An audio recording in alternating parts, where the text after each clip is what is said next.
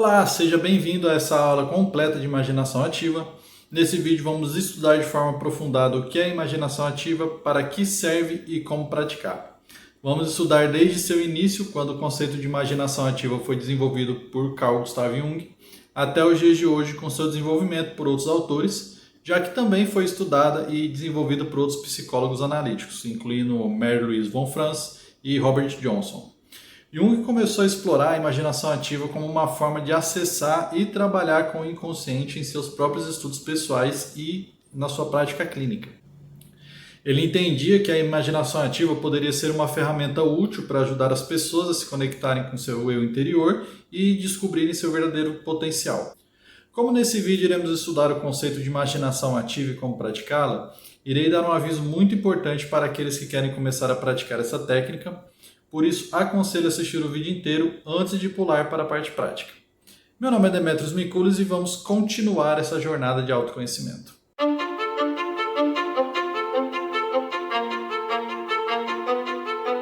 Hoje é dia 12/1 de 2023. Qualquer possível informação desatualizada será corrigida em um vídeo futuro. Já peço que deixe seu like se gostar do conteúdo e se é novo e gosta de assuntos sobre psicologia, autoconhecimento e saúde mental, se inscreva para acompanhar o canal.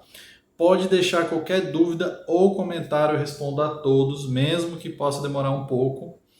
Principalmente nesse vídeo, qualquer dúvida que vocês tiverem, deixem nos comentários, eu responderei certamente. Agora o canal também tem a opção Valeu aqui embaixo, onde você pode ajudar financeiramente o canal.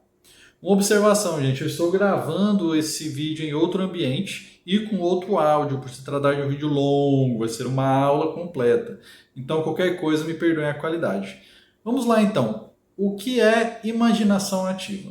A imaginação ativa é uma ferramenta para explorar nosso inconsciente e trabalhar nosso processo de autoconhecimento. Inicialmente ela foi criada ou descoberta, digamos assim, por Carl Jung.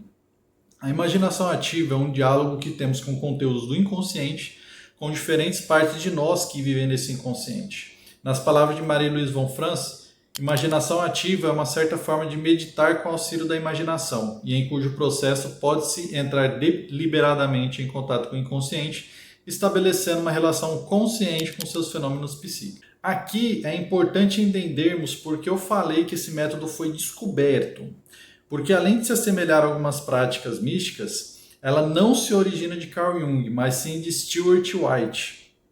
Mais especificamente em dois livros desse autor, que ainda não tive a oportunidade de ler, intitulados The Unobstructed Universe e The Road I Know. Me perdoe meu inglês a pronúncia está fraca. Carl Jung diz que esses dois títulos eles são muito dignos de nota porque oferecem uma excelente introdução ao método da imaginação ativa que ele já utilizava há mais de 30 anos. Esses títulos falam sobre essa técnica que Jung utilizava no tratamento da neurose como forma de levar os conteúdos inconscientes até o mesmo nível de consciência. Ele diz também que nesses livros encontramos a equação da região dos espíritos é igual à região dos sonhos, a região inconsciente.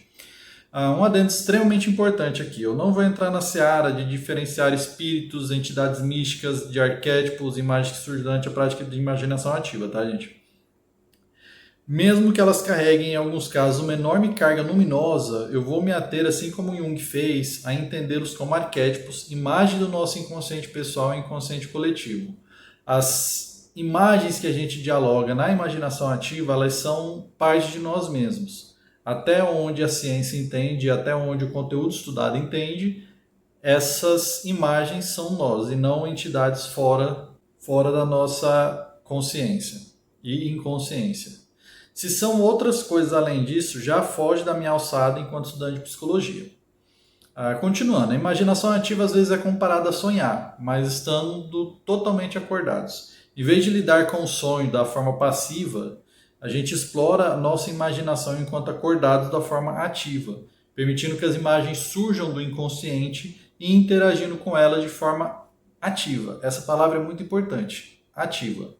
Nessas imagens começamos a conversar e interagir, descobrindo perspectivas diferentes e até recebendo conselhos de partes mais sábias de nós mesmos. Esse diálogo nos revela que as imagens são símbolos que representam partes profundas do nosso interior, expressando pensamentos, às vezes revelações que podem ser esclarecedoras ou até desafiadoras para o nosso ego. E não só isso, sua aparição em imaginação ativa também revela um caráter autônomo que está além do controle do nosso ego. E isso é muito importante. As imagens que a gente entra em contato durante a imaginação ativa são imagens autônomas. A gente consegue estabelecer um diálogo com elas, mesmo que o ego insista em criticar, essas imagens são autônomas. A diferença essencial entre sonhar e imaginação ativa está em que ao sonharmos recebemos sinais do inconsciente, mas a mente consciente ela permanece passiva. O ego apenas atua no sonho como um observador de algo que se desenrola fora do seu alcance, como num filme. Já na imaginação ativa, a mente consciente ela está totalmente desperta, consciente, participando ativamente nos eventos imaginativos, quase como num jogo de videogame, em que você tem a capacidade de interagir e dialogar com os personagens. Enquanto nos nossos sonhos tudo ocorre do nível inconsciente, na imaginação ativa os eventos se desdobram em um nível intermediário, onde o consciente e inconsciente eles convergem, criando uma experiência que combina o elemento de ambos. Nesse ponto, precisamos entender o que é convergência. Carl Jung a chamava de função transcendente. E nas palavras dele, por função transcendente, não se deve entender algo de misterioso e, por assim dizer, suprassensível ou metafísico, mas uma função que, por sua natureza, pode se comparar com uma função matemática de igual denominação, e é uma função de números reais e imaginários. A função psicológica e transcendente resulta da união dos conteúdos conscientes e inconscientes. No seu texto de mesmo nome, ele explora extensivamente esse assunto. Quem quiser se aprofundar nesse assunto ou trabalhar com imaginação ativa na clínica, independente da abordagem, eu aconselho demais a leitura, não só do texto Função Transcendente, como também do volume 8 completo, que na edição brasileira foi dividido em 3 volumes. Continuando, para entendermos como se dá o efeito terapêutico da imaginação ativa, precisamos entender que consciente e inconsciente muitas vezes não estão alinhados em relação aos seus conteúdos e tendências. O ego costuma reprimir aquilo que ele acha que está errado ou que não é necessário para o inconsciente. E às vezes é justamente aquilo que pode ser o futuro causador de um sintoma. Essa falta de paralelismo é explicada pela natureza compensatória do inconsciente em relação à consciência. Ele sempre tenta encontrar um equilíbrio que busque uma homeostase cognitiva. Mas pense assim, que se eu costumo reprimir determinado conteúdo, quando ele vem à tona, esse conteúdo se expressa de forma disfuncional e é novamente reprimido, criando um ciclo. A prática da imaginação ativa permite você entrar em contato com esse conteúdo e às vezes até experienciá-lo ali mesmo na imaginação ativa de forma saudável. A capacidade desse diálogo interior é essencial para a objetividade, mesmo que a gente tenha uma diminuta habilidade para reconhecer a validade de argumentos alheios aos nossos, alheios aos argumentos do ego. O processo de confrontação é comparado a um diálogo entre dois interlocutores com direitos iguais, isso é muito importante, enfatizando a necessidade de sacrifícios em um conflito. A análise visual, mais eloquente para alguns, é contrastada com o diálogo interior, exigindo que o eu, o ego, tome a iniciativa no contato com essas imagens que surgem nessa prática. Quando a imaginação ativa alcança a função transcendente dos opostos, essa confrontação gera uma tensão energética, resultando em um terceiro elemento que transcende a dicotomia. A nossa consciência é descrita frequentemente como se mergulhada em uma unilateralidade, confrontada pela visão de uma totalidade, de liberdades instintivas. E quando encontramos nessas práticas que não é bem assim e conseguimos lidar com esse fato, é que surge esse terceiro elemento, essa função transcendente. Esse processo de confrontação, ao lidar com elementos opostos, envolve tudo. E a consciência poderia ser ampliada pela integração dos conteúdos inconscientes.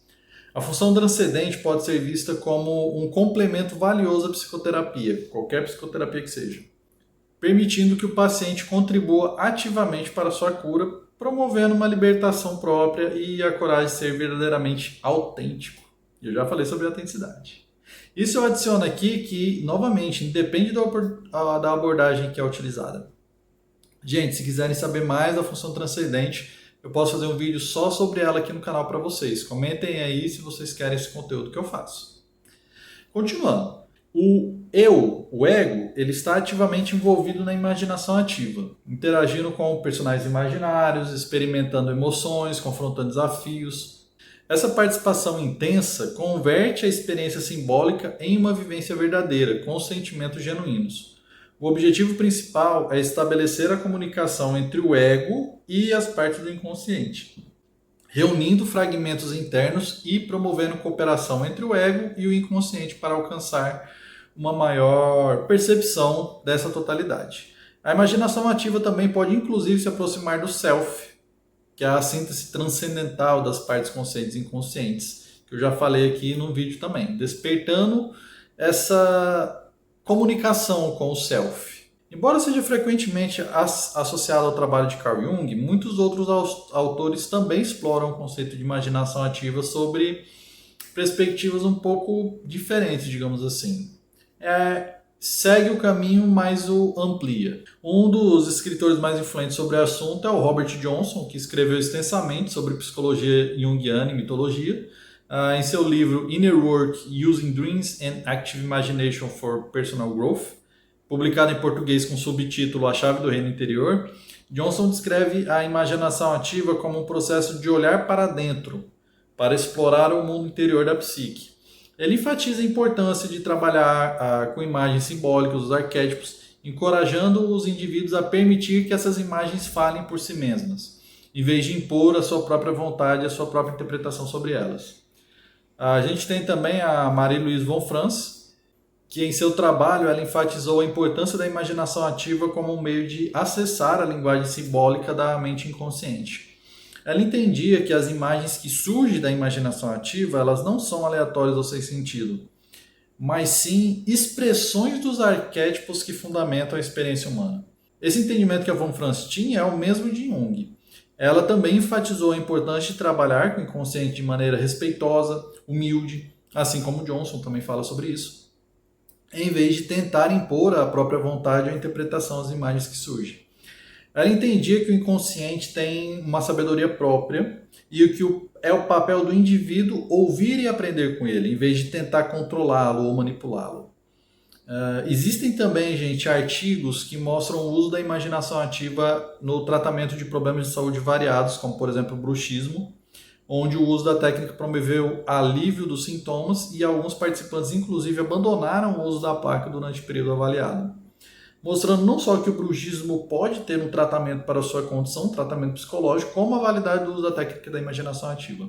Se vocês quiserem saber mais sobre esse estudo específico, busquem os vídeos, palestras e os artigos da doutora Sônia Lira. Então, qual a finalidade da imaginação ativa? A imaginação ativa ela pode ser usada para uma variedade de fins, incluindo autoexploração e a autodescoberta, e no meu entendimento, esse é o principal motivo pelo qual ela é procurada e estudada fora do contexto clínico. Tratamentos de problemas psicológicos, como ansiedade e depressão.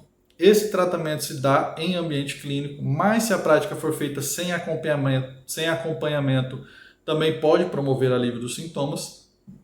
Veja que isso é muito complicado de eu dizer isso, porque fora do setting terapêutico, o praticante está sozinho com o influxo desse inconsciente. Mesmo que sejamos capazes de realizar essas mudanças, essas melhoras sozinhos, é como a comparação a um braço quebrado. Ele pode se curar sozinho? Pode. Ele pode curar torto se você não for ao médico? Provavelmente ele vai se curar torto. Então a mesma ideia, ajudar a lidar com mudanças de vida, como a perda de um ente querido, a mudança de emprego. Ajuda também a desenvolver a criatividade, a intuição, a melhorar a comunicação, os relacionamentos interpessoais e, como já falei, pode ajudar também no alívio de sintomas psicofísicos, como dores e tensões. Agora a parte divertida, como praticar a imaginação ativa? Primeiro, um aviso. Robert Johnson traz em seu livro um aviso muito válido sobre essa prática. Ele indica que a imaginação ativa seja praticada sob a supervisão de um analista ou de alguém que tem experiência com a técnica para evitar que a pessoa se perca em seu próprio mundo criado. Se a pessoa já tiver dificuldade em conectar-se com a realidade, possuir qualquer grau de esquizofrenia ou tiver seu princípio da realidade fragmentado de qualquer forma, não aconselho o uso dessa técnica. O mesmo aviso que é dado para o consumo de substâncias psicodélicas também é válido para a imaginação ativa.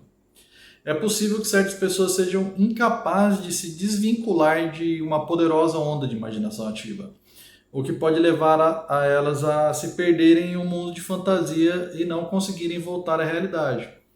Pode ser também que, ainda que consiga separar a realidade de imaginação de forma satisfatória, a imaginação pode se aguçar tanto a ficar voltando e voltando durante o dia, querendo ser resolvida, atrapalhando o trabalho ou outras atividades porque ela deseja ser resolvida.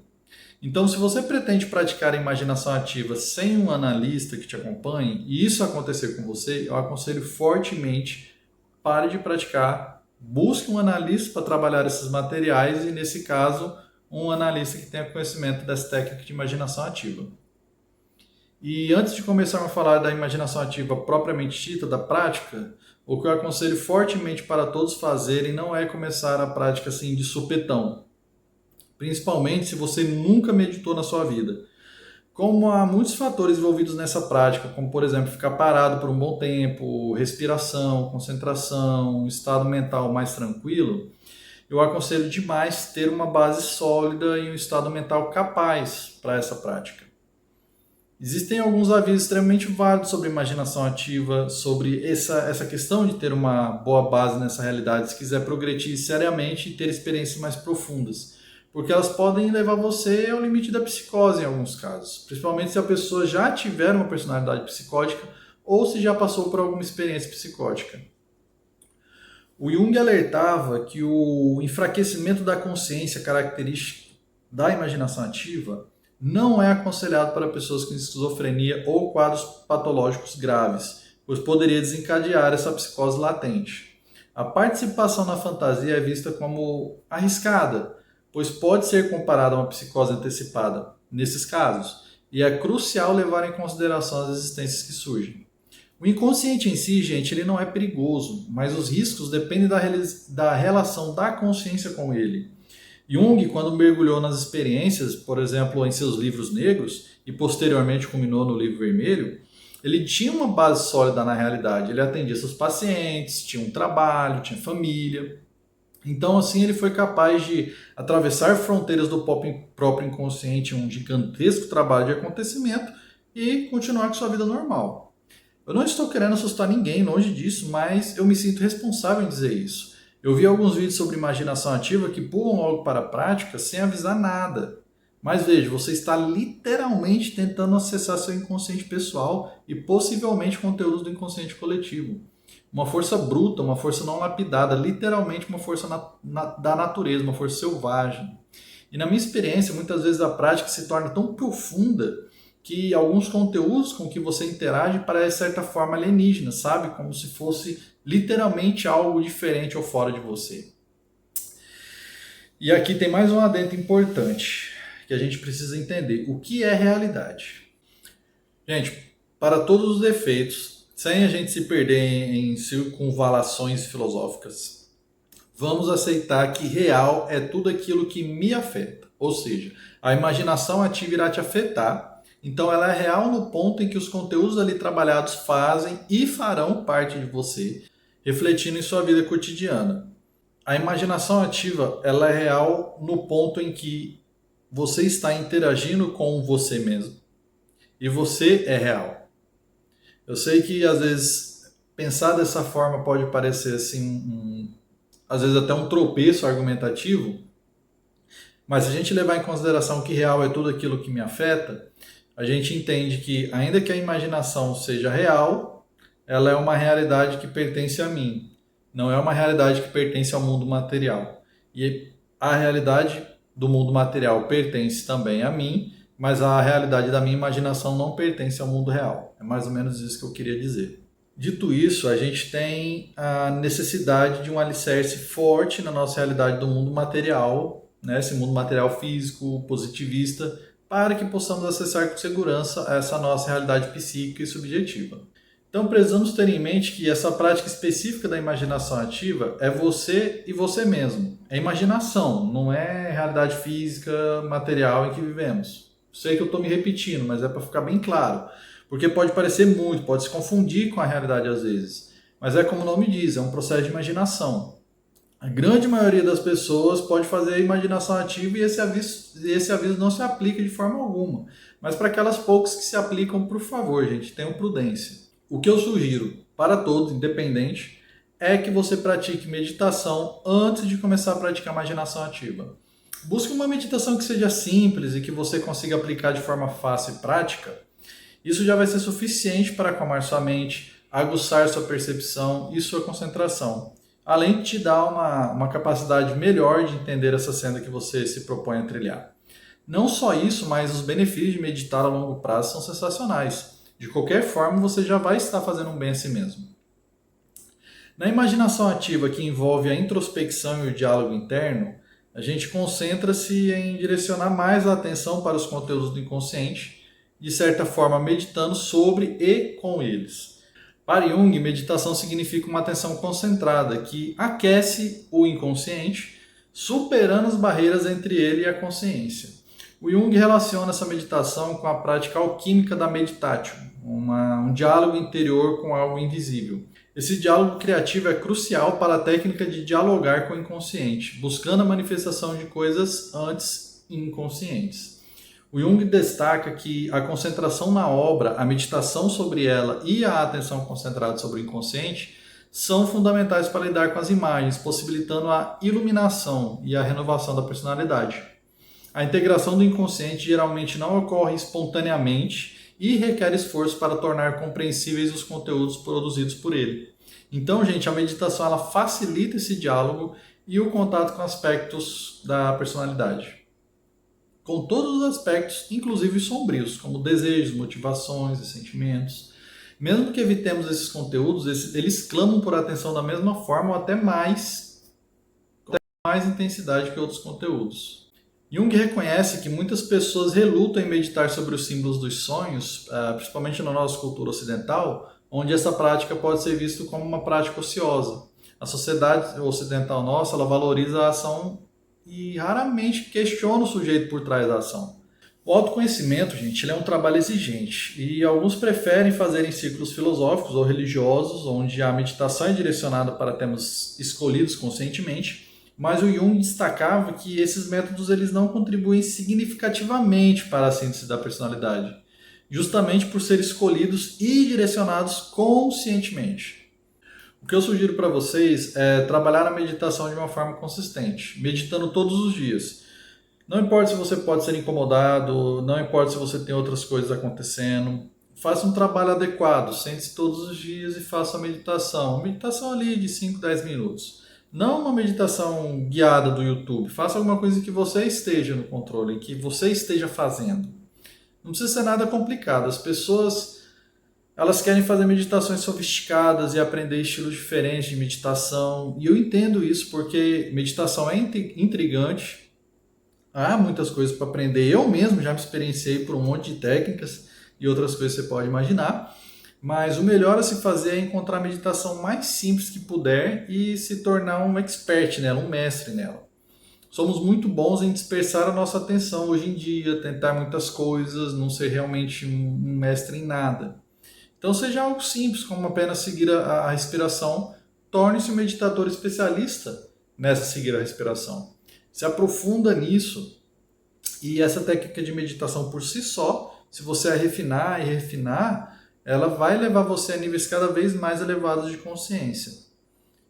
Eu vou compartilhar com vocês a meditação que funciona para mim, e se alguém sabe o nome delas, e se é que ela tem algum nome específico ou cultura que a pratica, eu gostaria muito de saber, então deixe aí nos comentários para eu estudar mais.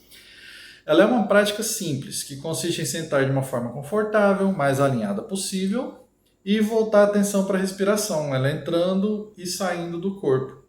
Isso vai promovendo um relaxamento, aguçando sua atenção, que você traz para a respiração. Os pensamentos eles vêm, com certeza, e a gente se põe um papel apenas de observador. Por exemplo, você se concentra na respiração e vem um pensamento. Ah, tenho que lavar a louça. Aí você põe um rótulo nele, tipo assim, preocupação. Deixa ele ir. Volta a atenção para a respiração. Vem outro pensamento, põe outro rótulo. Vem lembrança, põe lá lembrança. Vem música, música.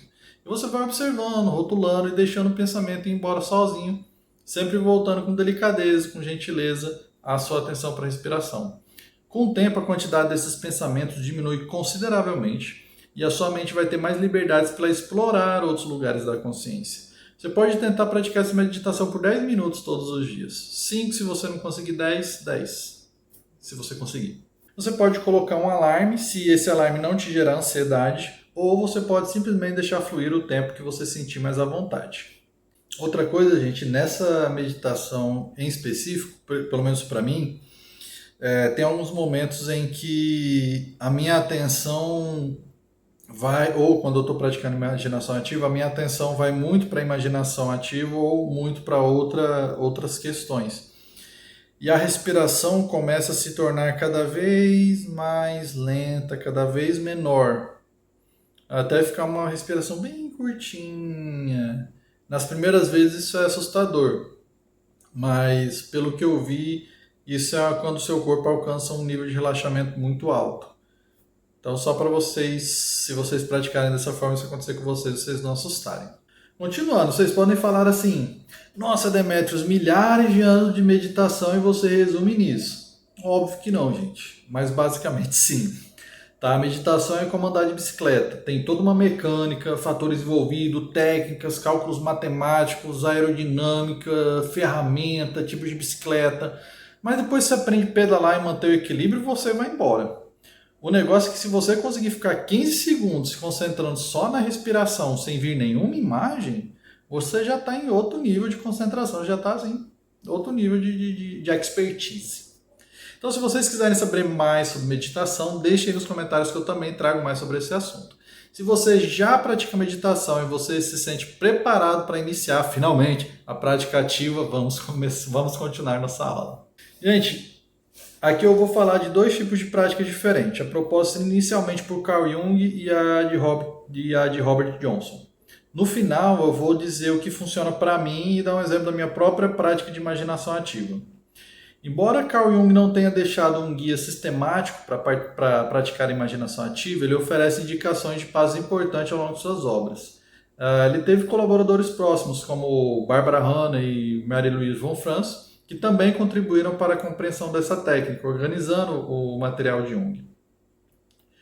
Primeiro, você precisa de um lugar que não vai ser interrompido pelos próximos 30 minutos, mais ou menos. O tempo varia. Na minha experiência, raramente eu passei dos 30 minutos. Alguns autores indicam que esse tempo pode ser um pouco curto, outros não dizem nada sobre tempo. Mas ao praticar, não importa se durou muito ou pouco, se foi 5 minutos, às vezes pode ser bem rápido. Você pode praticar, gente, sentado, deitado, de olhos abertos ou fechados. Alguns autores também falam sobre a prática na caminhada, mas eu pessoalmente prefiro focar toda a minha atenção à atividade. E também eu evito fazer deitado, já que eu pego no sono com facilidade. Então, eu faço sentado e de olhos fechados. Depois, o próximo passo sugerido é esvaziar a mente, né? Diminuir o fluxo de pensamentos do ego, daí a importância da meditação. E se você pulou a parte onde eu falo sobre isso, volta lá nesse vídeo mesmo. Em seguida, a gente permite que as imagens interiores se manifestem por si só. A gente abandona qualquer tipo de controle, observando os movimentos que indicam mudança na nossa psique. Pode-se começar com uma imagem que surge espontaneamente a se concentrar nela, ao ponto de você abrir um diálogo com essa imagem, que não necessariamente precisa ser um diálogo verbal. Às vezes essa imagem é um lugar, uma pessoa, às vezes essa imagem é um símbolo, uma forma geométrica. Pode, gente, também usar uma situação de um sonho para ampliá-lo, por exemplo. Evocar novamente o sonho vivenciado, continuar de onde ele parou, de onde ele parou ao acordar. Vocês podem também usar um estado de espírito, por exemplo, uma tristeza, se concentrar no sentimento, o que ela tem para falar, que pode levar a manifestar-se em alguma imagem ou símbolo, e novamente permitir o diálogo. O Jung traz, gente, o seguinte: um método de introspecção indicado por mim e que consiste na observação de fluxo de imagens interiores. Concentra-se a atenção em uma imagem onírica que causa impacto, mas é ininteligível, ou em uma expressão visual, observando-se as mudanças que ocorrem na imagem. Evidentemente, devemos suspender todo o senso crítico e o que ocorre deve ser observado e anotado com absoluta objetividade. Entregamos ao paciente a tarefa de contemplar cada fragmento de sua fantasia que lhe parece importante dentro do seu contexto. Isso é, examinando-o à luz do material associativo em que está contido, até poder compreendê-lo. Não se trata da livre associação como Freud recomendava para a análise dos sonhos, mas da elaboração da fantasia através da observação de outro material da mesma, tal como este é naturalmente agregado ao fragmento acima referido. A imaginação ativa pode ser desafiadora no início, com a possibilidade de resistência de dúvidas sobre a validade da experiência. Superar essa resistência é crucial, permitindo que essas imagens fluam naturalmente. O trabalho se torna eficaz, gente, ao deixar espaço para o deixa acontecer, evitando interferências críticas. O ego vai te encher o saco, vai ter certeza disso, ele vai falar que é bobeira no início, mas com as experiências você vai ver não só a sua validade, como também a diminuição considerável dessa resistência do ego crítico. A confrontação entre o ego e o inconsciente é outro passo importante, buscando uma terceira posição, uma função transcendente que falamos. Veja que aqui é onde acontece a dialética. É aqui que o inconsciente propõe uma tese, você enquanto ego propõe sua antitese, até vocês encontrarem a síntese, o resultado desse diálogo. Após a prática, ela deve, olha só, não é pode ser, ela deve ser consolidada em alguma criação a fim de plasmar a experiência.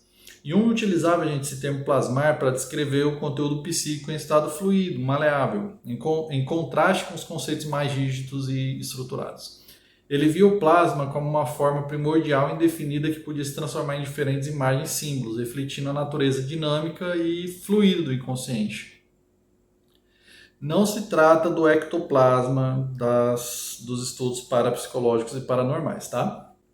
Plasmar, então, seria trazer esse conteúdo que foi trabalhado do inconsciente para o consciente e transformar ele em uma obra, digamos assim. Se algum junguiano assistir esse vídeo, me dê um toque se o termo plasmar caiu em desuso. Eu não encontrei informações referentes a isso. Continuando, a expressão dessas imagens pode ser feita de várias formas, como escrita, desenho, arte corporal, expressão corporal, escultura. Eu particularmente prefiro o desenho, ainda que seja péssimo com isso, porque não se trata de arte. Como vocês podem ver aqui nessas imagens, todas essas imagens foram resultado das minhas práticas de imaginação ativa. Em seus livros, Jung fala de pacientes que trouxeram a ele páginas e mais páginas escritas de sua imaginação ativa, outros, após a imaginação ativa, dançavam ou mostravam esculturas. Nas palavras de Jung, para completar aqui, observei muitos pacientes cujos sonhos indicavam rico material produzido pela fantasia. Esses pacientes também me davam a impressão de estarem literalmente cheios de fantasias, mas incapazes de dizer em que consistia a pressão interior. Por isso, eu aproveitava uma imagem onírica ou uma associação do paciente para lhe dar como tarefa elaborar ou desenvolver essas imagens, deixando a fantasia trabalhar livremente. De conformidade com o gosto ou dos dotes pessoais, cada um poderia fazê-lo de forma dramática, dialética, visual, acústica ou em forma de dança, pintura, de desenho ou de modelagem. O resultado dessa técnica era uma série de produções artísticas complicadas, cuja multiplicidade me deixou confuso durante anos, até que eu estive em condição de reconhecer que esse método era a manifestação espontânea de um processo em si desconhecido, sustentado unicamente pela habilidade técnica do paciente e ao qual, mais tarde, dei o nome de processo de individuação. Uma observação aqui, gente, importante e curiosa. Se você é artista e busca imaginação ativa como um meio de produzir conteúdo artístico, isso não vai dar certo. O inconsciente é muito mais esperto do que a gente imagina e se você tiver essa intenção, ele vai saber e vai lutar contra você no processo. É bem engraçado, na verdade, quando isso acontece, porque eu já tentei, já aconteceu comigo. Continuando.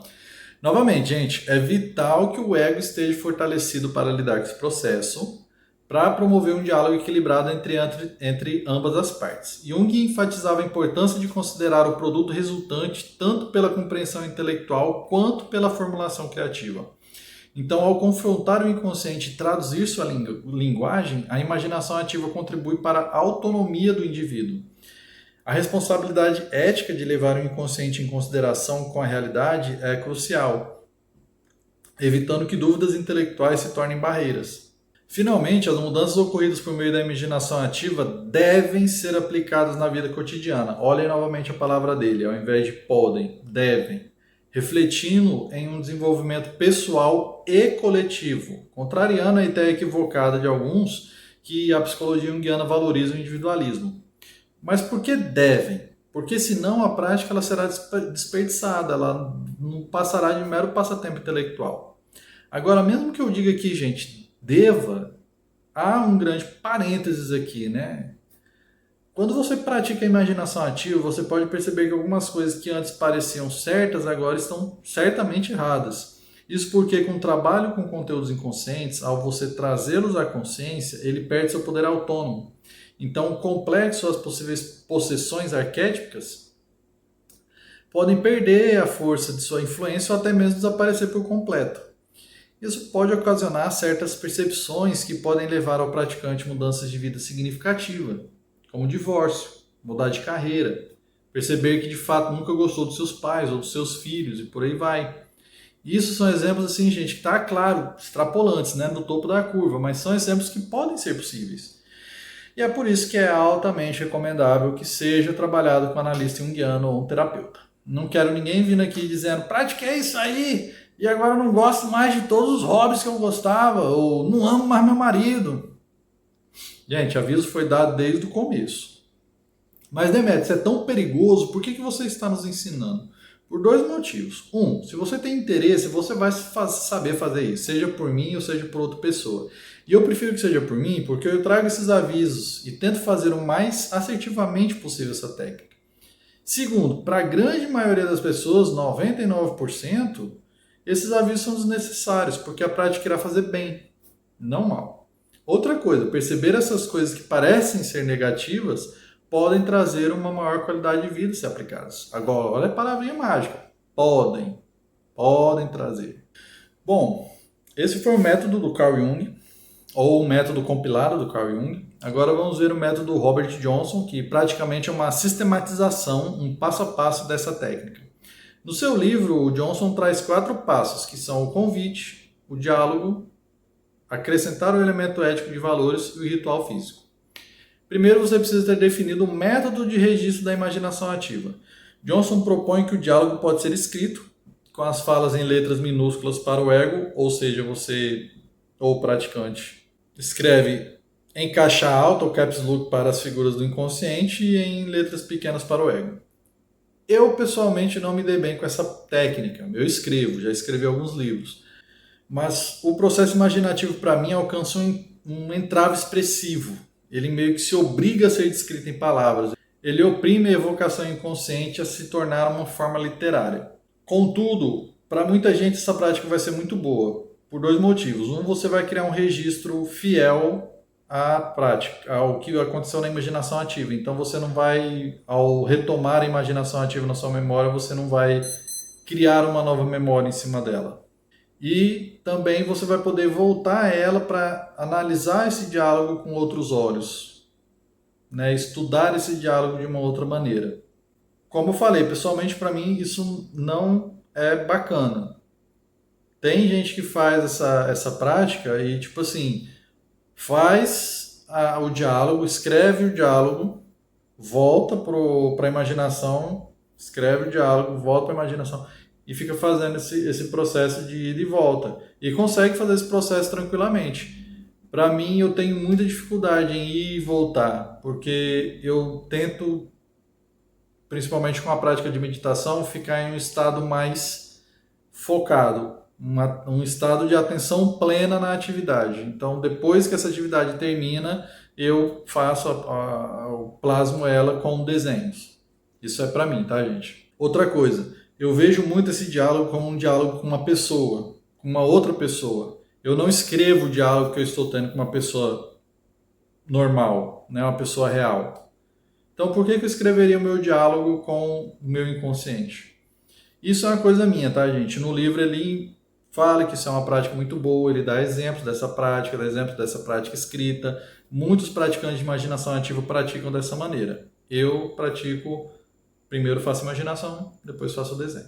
O Johnson ele também sugere outros modos posteriores às atividades, como Jung propôs, né? A escrita, o desenho, formas artísticas. Escolhido o método de registro, novamente, você precisa de um ambiente calmo, que você não será incomodado nos próximos 20 a 30 minutos. Às vezes dura menos, como eu falei, o que é perfeitamente normal. Você pode fazer sentado ou deitado. Eu aconselho fazer sentado para não dormir. Você pode começar com um exercício de respiração, um exercício de meditação, relaxar o corpo, permitir que o inconsciente faça todo o trabalho. Então, o primeiro passo é o convite. Na primeira etapa da imaginação ativa, é proposto o convite às criaturas do inconsciente para emergirem e estabelecerem contato conosco. E sim, o Robert Johnson ele usa a palavra criatura para se referir às imagens dos inconscientes. Mas podemos entender como criaturas no sentido de entidades criadas, como na mitologia cristã, onde somos criaturas do Criador e após aceitar Jesus nos tornamos filhos. Então é como se essas criaturas fossem criações do inconsciente. Isso envolve desconectar a mente do mundo externo, concentrando na imaginação. O convite é feito direcionando o olho interior para dentro de si e aguardando para ver quem aparecerá. E o que significa esse direcionar esse olho interior? Imagine um centro de foco de sua visão, por exemplo, esse vídeo. A mesma atenção que você está dando para esse vídeo, você direciona para a sua imaginação. Isso fica mais fácil com a prática e mais fácil de entender quando você pratica. Johnson exemplifica esse convite usando a passagem da Divina Comédia de Dante, que é interessantíssimo, onde o poeta penetra na imaginação ao entrar em uma floresta escura. Dante, ao debater-se pela vegetação, faz seu próprio caminho descobrindo um mundo interior. Ele encontra Virgílio, enviado por Beatriz para guiá-lo, e juntos eles exploram os vários níveis do inferno. Esse episódio é citado como um exemplo clássico de iniciar a imaginação ativa, onde Dante descreve vividamente o ambiente e observa as pessoas que encontram em sua imaginação. A Divina Comédia é apresentada como um exemplo notável de imaginação ativa, por causa disso, onde Dante narra sua história na primeira pessoa. O Johnson ainda destaca no livro que a experiência é um extravasamento espontâneo do próprio inconsciente do Dante, tratando de temas arquetípicos que brotam do inconsciente coletivo. Ele incentiva a criação de nossa própria versão dessa jornada, registrando o que flui espontaneamente do nosso canto especial do inconsciente coletivo. A importância de viver, gente, essa aventura interior com honestidade, o Johnson ressalta muito ela e sugere que escrever para outras pessoas pode desafiar do propósito da jornada. É a mesma pegada daquela criação artística, o inconsciente sabe. Então é recomendado paciência para lidar com possíveis bloqueios mentais e 4 técnicas específicas são mencionadas para superar a dificuldade nessa etapa do convite. Lembrando que o diálogo com aspectos negativos e desconfortáveis do inconsciente também é encorajado por Johnson, pois pode representar oportunidades significativas de crescimento pessoal. As 4 técnicas para o convite são: usando fantasias. O autor sugere aproveitar as fantasias que passam pela mente e escolher uma imagem, pessoa ou situação específica. Voltar a esse lugar na imaginação, interagir com esses personagens, estabelecer diálogo e registrar experiências convertem essas fantasias passivas em imaginação ativa. Essa técnica é particularmente útil quando há abundância de material fantasioso, ajudando inclusive a reduzir a quantidade e intensidade das fantasias passivas que acontecem durante o dia. Sabe, aqueles desvaneios, daydreamings, aquela imaginação ociosa. A segunda técnica é visitar locais simbólicos. Inicia o convite explorando lugares simbólicos na imaginação para encontrar pessoas interiores. Identificar um lugar pessoal significativo dentro de si mesmo, como uma praia, um bosque ou outro lugar especial e retornar a ele com o meio de atrair o mundo psíquico. Esse é um método que funciona particularmente bem para mim, onde eu inicio em uma praia que eu visitava na infância, uma praia que já não existe mais por conta de uma usina elétrica que fizeram aqui no estado. E dali as figuras me convidam para onde elas acham melhor ou o diálogo acontece ali mesmo. Terceiro, usando personificações. Personificar sentimentos obsessivos, humores, estados emocionais. Dialogar com essas personificações buscando compreensão das emoções e permitindo que elas expressem suas naturezas. Lembrando que Jung também propôs a mesma técnica, que a gente já falou mais cedo no vídeo. Quarto, dialogar com figuras dos sonhos. Aqui é utilizar a imaginação ativa para expandir e resolver os sonhos não resolvidos. Voltar aos sonhos da imaginação, dialogar com personagens específicos ou reviver a cena global do sonho, permitindo uma interação mais consciente com o conteúdo onírico. E isso eu acho fantástico. Eu usei poucas vezes comigo, acho que umas 3 ou 4 vezes, mas fantástico, principalmente no setting terapêutico. Você, enquanto analista, pode sugerir essas amplificações para ações trazidas pelo paciente, e isso é um solo riquíssimo, extremamente fértil de conteúdo a ser trabalhado. O Johnson continua com o segundo passo, que agora é o diálogo. O convite ao inconsciente foi aceito, as imagens surgiram na imaginação. Agora você está preparado para iniciar o diálogo. Esse diálogo requer, acima de tudo, permitir que a imaginação flua e entregue-se a ela. Embora existam princípios a serem seguidos, avançar na experiência envolve, mais do que tudo, conceder vida às figuras interiores. Na prática, você tem a liberdade de expressar qualquer pensamento ou ação que lhe ocorra, desde que seja apropriado e ético. Se uma figura surge na sua imaginação e hesita em se comunicar, é possível iniciar a conversa perguntando sobre sua identidade, desejos, assuntos relevantes. É aconselhável fazer perguntas em vez de expressar opiniões, mantendo uma postura receptiva e respeitosa. Von Franz fala muito sobre esse respeito, sobre esse zelo. Ao interagir com uma personalidade interior, é crucial anotar também suas ações e reações. Se ela propõe algo, registre, haja conforme sua resposta. Muitas vezes essa personalidade tentará envolvê-lo em alguma atividade, levá-lo a lugar, guiá-lo por caminhos, jornadas. É essencial, gente, seguir esse fluxo de imaginação, anotando o que acontece sempre durante a jornada.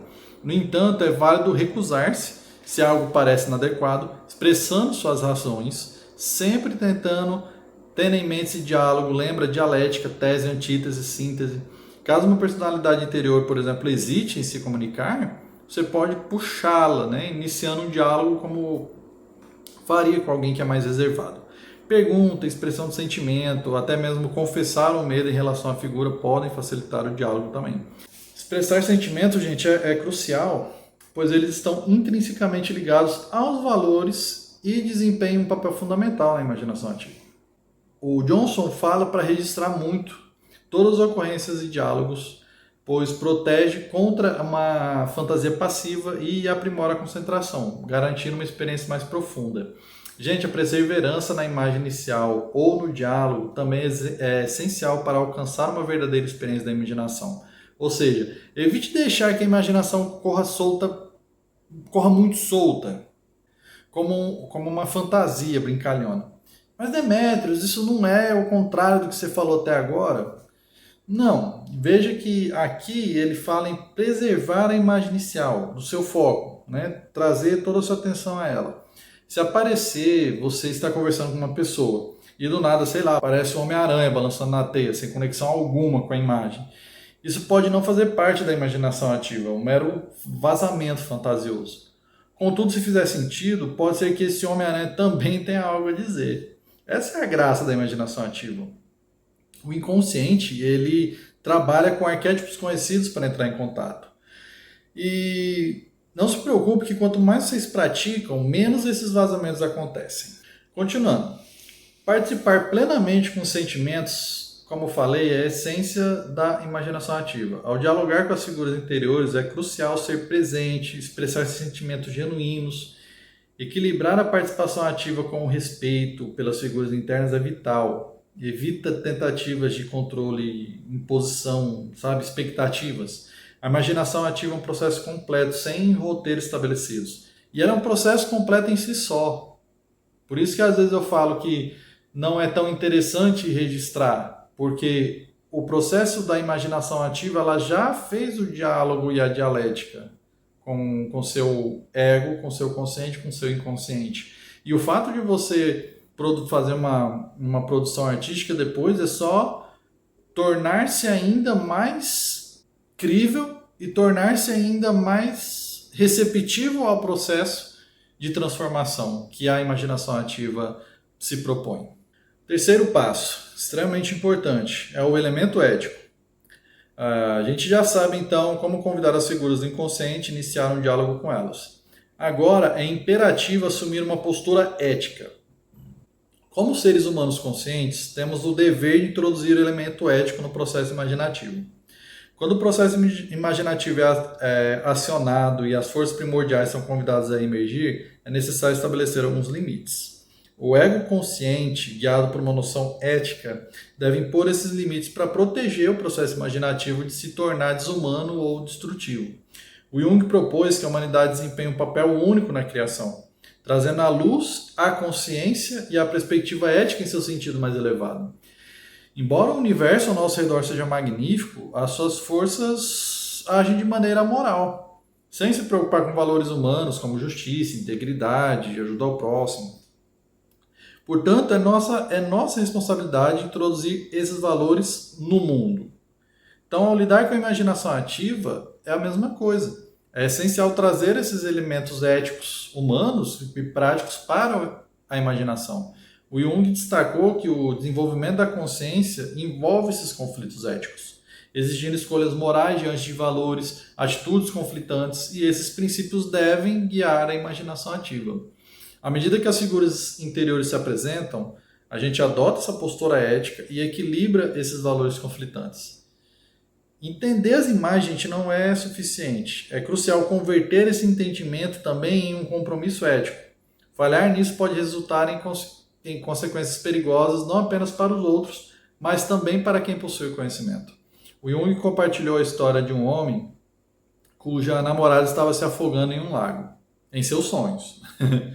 Jung instigou o homem a agir na imaginação ativa, resgatando a figura feminina e preservando a sua vida, ilustrando assim a necessidade de uma abordagem ética, compromisso ético de ajudar o outro. Outro caso um pouco mais grave, em que uma figura arquetípica interior buscava controle absoluto sobre a vida de uma mulher, sugerindo que ela se dispusesse de todo o seu bem material e desviando-se da sua natureza feminina. Aconselhada por Jung, ela confrontou essa figura, estabelecendo limites éticos e mantendo sua integridade. Lembra que falei que nem tudo é certo e correto? Então, isso é porque precisamos de um ego bem consolidado e não nos deixarmos sermos levados pelo inconsciente coletivo. A ética, gente, em grego, ela significa conduta correta. É essencial para preservar a nossa imaginação ativa. Isso implica manter atitudes alinhadas com valores profundos, evitar que um arquétipo domine em detrimento de outros valores e cultivar valores humanos cruciais. O inconsciente coletivo, ele é predominante interessado em sobreviver e expressar os seus poderes psíquicos. Mas ele carece de limites éticos, ele não tem limites éticos intrínsecos. E é nosso papel impor esses limites, considerando valores que preservem essa vida e equilibrem essas forças interiores. Arquétipos primordiais, como leões na selva, por exemplo, são moralmente neutros. Eles pegam o que precisam, comem, se reproduzem, caçam, matam, e não há moral nenhuma aquilo. Não existe, é amoral, não há moral positiva ou negativa. Nem por isso nós seremos leões na selva. E eu uso a mesma analogia aqui que nesse vídeo que eu fiz sobre a autenticidade, só que de forma mais aprofundada.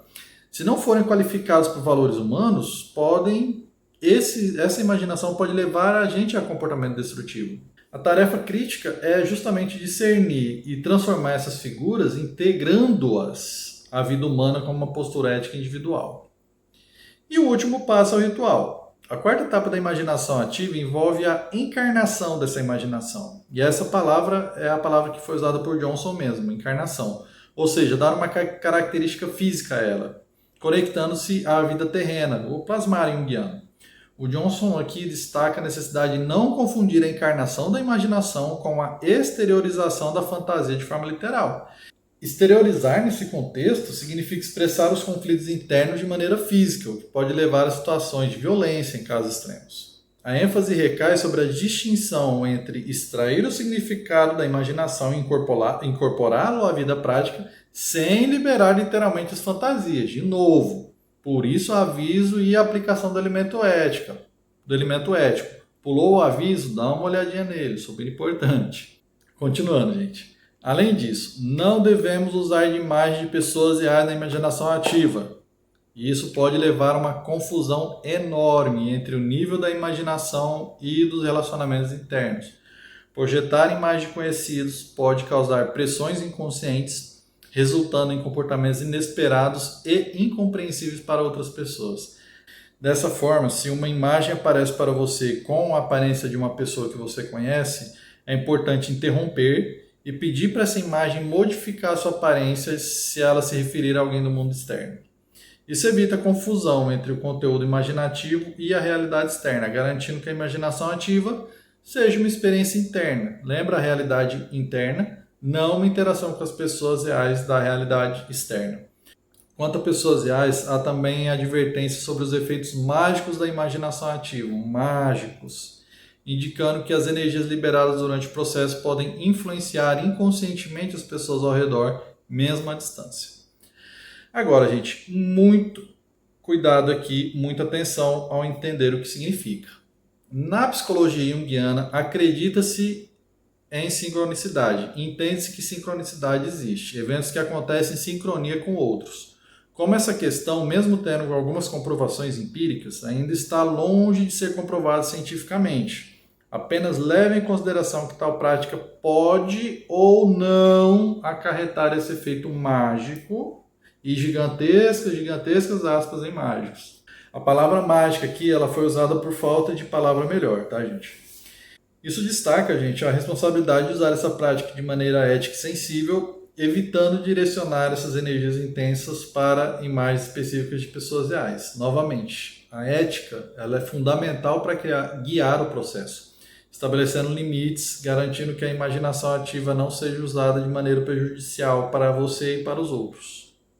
Bom, gente, essas foram as duas maneiras da prática de imaginação ativa que eu quis trazer para vocês aqui nessa aula. Para mim, a mais eficaz é a de Johnson. Eu me sento, fecho meus olhos, faço um relaxamento com o Body Scan, que é uma prática de mindfulness, onde você leva sua atenção para todas as partes do corpo, do dedão do pé ao topo da cabeça, relaxando todo o corpo. E depois eu realizo o convite, normalmente indo até a minha praia.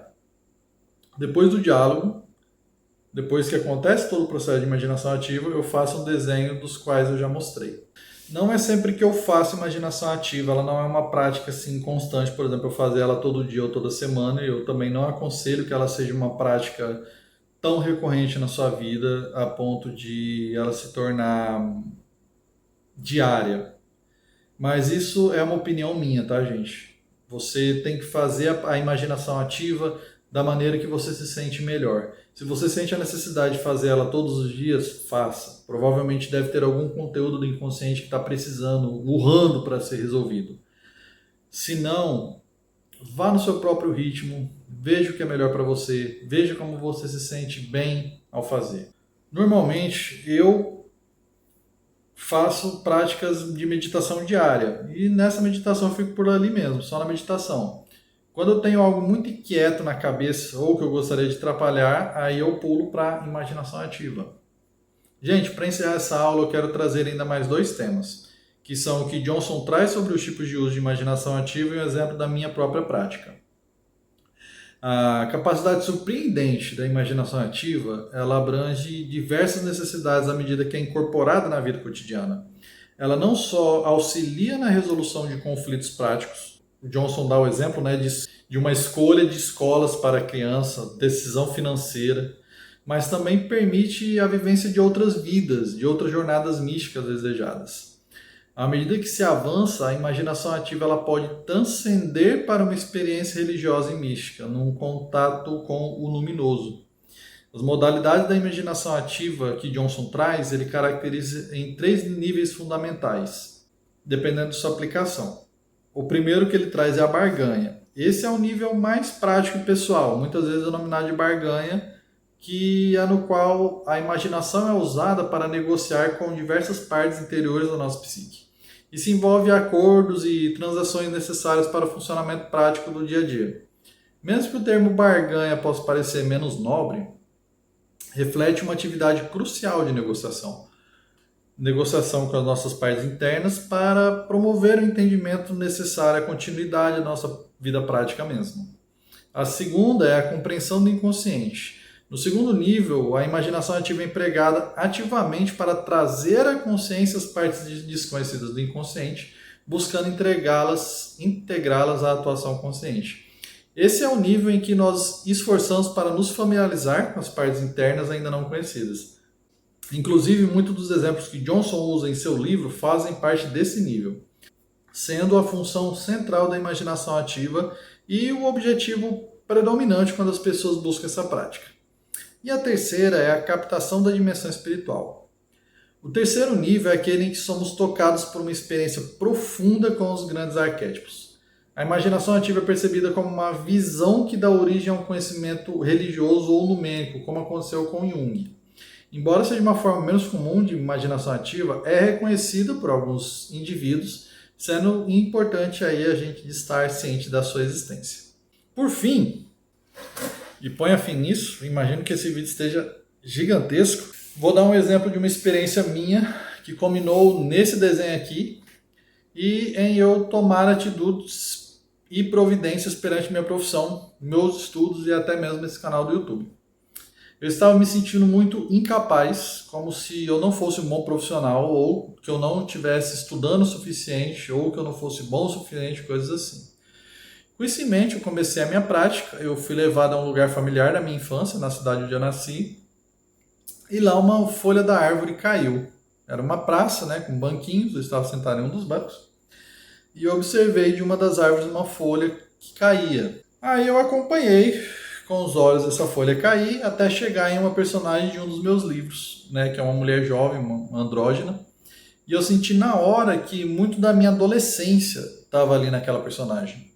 Após um diálogo muito interessante, que não vem ao caso aqui por se tratar de uma experiência pessoal, eu me senti como renovado a continuar meu caminho, sabe? Entendendo todos aqueles altos e baixos energéticos como uma parte natural do processo.